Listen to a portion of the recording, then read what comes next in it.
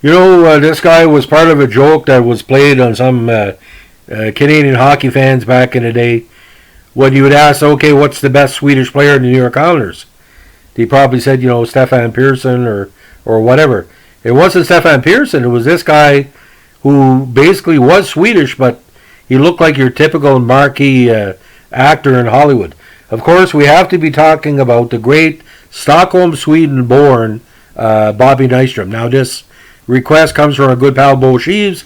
Bo was a big fan of 1980s hockey, Nordiques Islanders, the other squads. But this player stands out to him and me, and we're going to talk a little bit about his great career.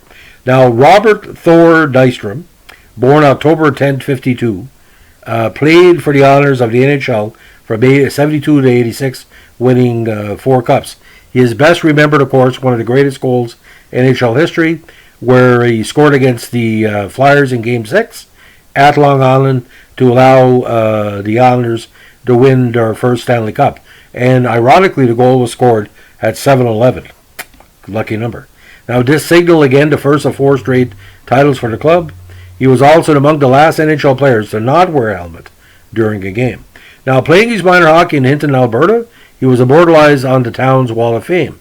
He is arguably the most successful NHL player from the geographical era that yielded the likes of Dave Scatcher to Dean McAmmond.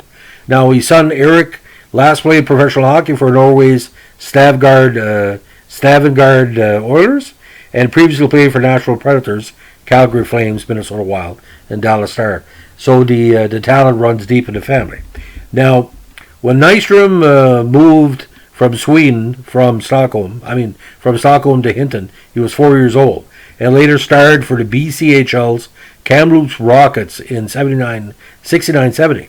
He was also an emotional spark club in the great Calgary Centennials of the WCJHL for 2 seasons, and was claimed 33rd overall by the Islanders in their expansion draft in 72. He played a half season for their minor league affiliate New Haven, the Nighthawks of EHL, before being promoted to the Islanders in March 73, where he was wearing number 5.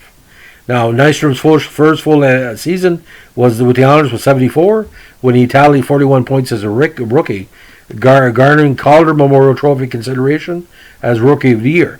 The award eventually went to his teammate Dennis Potvin. As Potvin took over number 5, Nystrom shifted to the now famous number 23. Now, over the next 4 seasons, as the Islanders team improved, he became one of the most respected and steadiest two-way forwards in the league. In each of his first 5 seasons, he collected over 20 goals, including a career-high 30 in 78, while playing a strong checking and defensive game on both sides of the ice. He was eventually selected to play in the 77 NHL All-Star game. Now, pound for many people, he was one of the most hardest working, if not most talented, members of the Islanders. His nickname for a long time was Mr. Islander, and the team was quickly becoming one of the most feared and respected clubs in the NHL. Although Nystrom, who was nicknamed Thor by his teammates, had developed a very skilled and respected style, where he had to fight on occasion, but had what he called a clean physical edge to his game. Now, Nystrom took it upon himself to improve his skating ability. He regularly took power skating classes, including training with pioneering instructor Laura Stram, and in turn became a fairly fluid skater with strong hockey instincts. As with many Islanders of the early 1980s, these instincts seemed to be more in tune with the playoffs when they rolled around. Nystrom has been known as one of the all-time clutch players in NHL Stanley Cup history, as he put up 83 points, including 39 goals in 157 playoff games. Now again, however, he's most noted for his knack for sudden dead overtime winners. He ended up scoring 4 in his career, and the most important again was the feed from John Tonelli on May 24-80 in Game 6 against the Flyers, which won the Cup. Now, he was part of the first NHL team to win a Stanley Cup with Europeans or European-born on his roster. Now, Nystrom is still able to speak a little Swedish, and he was invited to play for Sweden in the 81 Canada Cup. He was, however, forced to decline, as he had yet not negotiated a new contract with the Islanders and did not want to risk injury.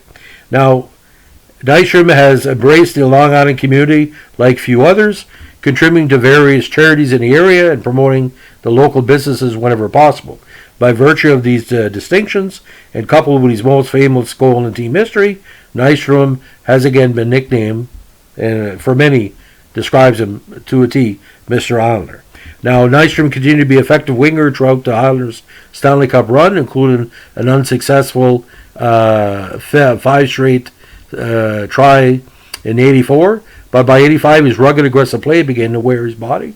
He played only 36 games in '85, managing only 2 goals, though he matched that total in only 10 postseason games.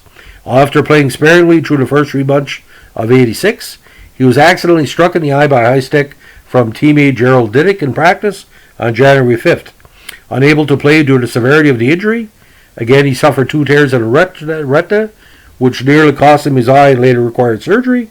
He was thought to have retired, and he has served as assistant coach for the remainder of the season.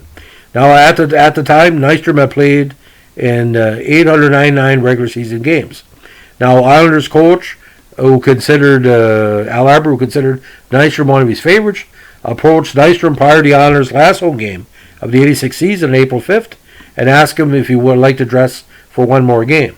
In order to make an even 900 games played, more importantly, it would give Islanders fans a chance to say a proper goodbye. Nystrom accepted and was added to the starting lineup. He took the opening face-off to a surprise and appreciative home crowd's roar. After skating around for about 5 seconds, he returned to the bench, never to play again. Now, he remained an assistant coach the next 2 seasons, then served as a radio analyst for the Islanders. He was named the Islanders Director of Corporate Affairs in '88 and remained in that position through the '89 season, where he took a position as Islanders Director of Special Projects in '89 and remained in that position through 1991. He was named Islanders Director of Community Relations in '91 and Director of Amateur Hockey Development and Alumni Relations in '92. In '97, he added the title Director of Corporate Relations and remained in that position through 2002. The Islanders retired his number 23 on April 1st, 1995, although 3 other players had won it after Nystrom. In 2003, won it after Nystrom. In 2003, he was inducted in the Nassau County Sports Hall of Fame. He's also a member of the National Jewish Sports Hall of Fame. He received the George Young Award given to an individual, Jewish or non-Jewish, who was the best exemplified the high ideals that George Young displayed from the U.S. National Jewish Sports Hall of Fame and Museum in 2003. Now, he's a current resident of Syosset, New York, and Nystrom's 2 children are Marissa and Eric. And, of course, Eric was drafted by the Flames as a number 10 pick in the first round of the 2002 NHL draft. He most recently played for the Nashville Predators. Again, Eric Nystrom is Jewish, as is his brother. Now, the Bob Nystrom Award was formed in '91 to recognize the player on the Islanders who best exemplifies leadership, hustle, and dedication. Past winners include Brent Sutter, Ray Ferraro, Benoit Hogue, Steve Thomas, Daniel Plante, Claude Lapointe, Rich Pilot, Dave Scatchard, Steve Webb, Jason Blake, Gart Snow, Adrian O'Coin, Kevin Coley, Trent Harker, Richard Park, Tim Jackman, Carl Oxpozo, Franz Nielsen, Matt Martin, Anders Lee, Casey Sakailis, and again, the last winner was Matt Martin, who has won it 6 different times. Final NHL totals: 235, 278, 513 for 1,248, and 1,248 penalty minutes. Wasn't scared to take a little battle. Now, should he be in the Hockey Hall of Fame? That's a good argument.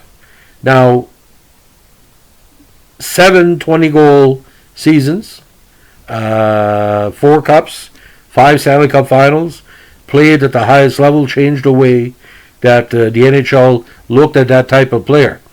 It's borderline, but you never know, ladies and gentlemen. The Hockey Hall of Fame has recognized Montreal Canadiens and Toronto Maple Leaf players very similar in the past. I think if an argument is made for what he gave to New York hockey, that alone, it's been, 50 years? Give or take? I think he deserves to be in the Hall of Fame. I wouldn't be mad if he made it in the Hall of Fame, because Bob Nystrom had the respect of every hockey player on the planet when he played. Nobody said Bob Nystrom was lazy. Nobody said Bob Nystrom was a hateful guy.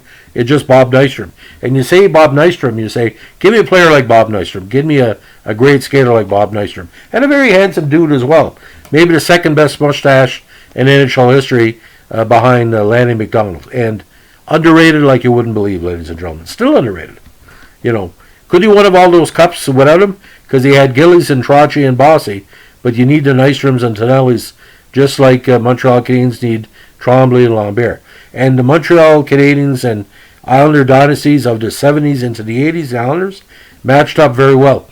If you put a 7-game series between the best of the Islanders of the 80s and the best of Montreal in the 70s, Montreal would win, but it would go probably 7 games. It would be tough. And the Islanders at home, ladies and gentlemen, was rocking. When Nystrom would go on the ice there, it was tremendous. So, ladies and gentlemen, this is another request by our good pal Bo Sheaves. If you like what we're doing here, an Islander fan, please give us a like, comment, or subscribe. Let me know if there's any requests as well, because we do that. And we're doing kind of a New York Islander recap this weekend. Be safe out there, inauguration, COVID, and states especially. Keep your stick in the ice. Have a good day. Bye.